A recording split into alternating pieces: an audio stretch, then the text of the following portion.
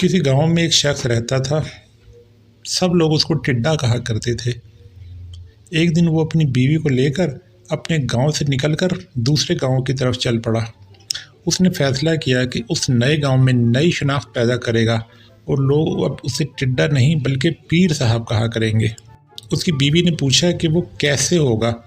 उसने जवाब दिया, इस गांव के चौधरी की बहन के पास एक कीमती हार है, बस तुम वो हार किसी तरह चुरा कर आओ, फिर देखती जाओ मैं क्या करता हूँ।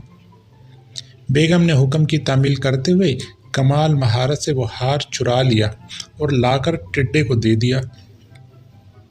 दूसरी जानिब गांव में हंगामा हो गया। हार की चोरी की खबर जंगल में आग की तरह हर तरफ फैल गई। टिड्डे ने अपनी बीवी को कहा कि चौधरी के घर जाकर चौधरी की बहन को बताओ कि मेरा खाविंद बहुत बड़ा बुजुर्ग है, लोगों की गुमशुदा चीज़ें बरामद करता है। इस बात पर चौधरी अपने घराने और गांव वालों को साथ लेकर टिड्डे के यहाँ हाजिर हो गया और पीर साहब से कहा, जी बताइए हमारा हार कहाँ हो सकता है। टिड्डे ने रातों रात हार चौधरी के घर की छत पर फेंक दिया था। वो कहने लगा, आपका हार किसी नौकरानी ने चुराया था, जिसने बाद में खौफजदा होकर आपकी छत पर फेंक दिया है, जाके वहां से उठा लो। हार मिलने के बाद इस इब्तदाई करामत पर सारा गांव पीर साहब का मुरीद हो गया, मगर चौधरी जो अंधों में काना राजा था, उसे पीर साहब खटकने लगे। चौधरी ने गांव वालों को समझाया कि ये शख्स मुझे फराडिया मालूम होता है, मगर गांव वाले इनकार ही करते रहे।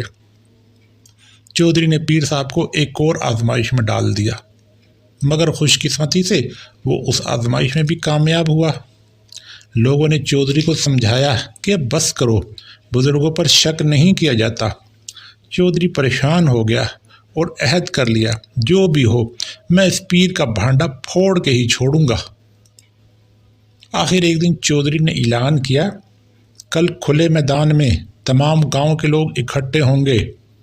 अगर पीर साहब ने बता दिया कि मेरे हाथ में क्या है तो मैं सब के सामने उसके हाथ पर बैत कर लूँगा। सब लोग पीर समेत मैदान में पहुंच गए। चौधरी घर से निकला तो सोचता रहा हाथ में क्या पकड़ा जाए। अचानक उसकी नज़र एक टिड्डे पर पड़ गई। उसने पकड़ने के लिए हाथ बढ़ाया तो वो फुदक गया, फिर हाथ बढ़ाया, फिर वो फुदक गया। आखिर तीसरी दफ़ा टिड्डा पकड़ा ही गया। चौधरी मजमे में पहुंचा और उससे सवाल किया, बताओ मेरी मुट्ठी में क्या है। पीर साहब एक गहरी सोच में पड़ गए और उसे अपनी शामत नजर आ रही थी। 2 बार तो जैसे तैसे बच गया था, मगर इस बार बचना नामुमकिन था। लिहाजा मायूसी में आसमान की तरफ चेहरा उठाया और अपने आप को कोसते हुए कहा, हाय रे टिड्डे, पहली छलांग में तो तू बच गया था, दूसरी छलांग में भी बच गया, मगर अब तीसरी दफ़ा तुम गिरफ्त में आ गए हो। ये सुनते ही चौधरी साहब टिड्डा अलमारूफ पीर साहब के पांव से लिपट गया, धाड़े मार मार कर माफ़ियाँ मांगी और कहा कि कोई माने न माने, मैं मानता हूँ कि तुम वाकई पीर और मुर्शिद हो।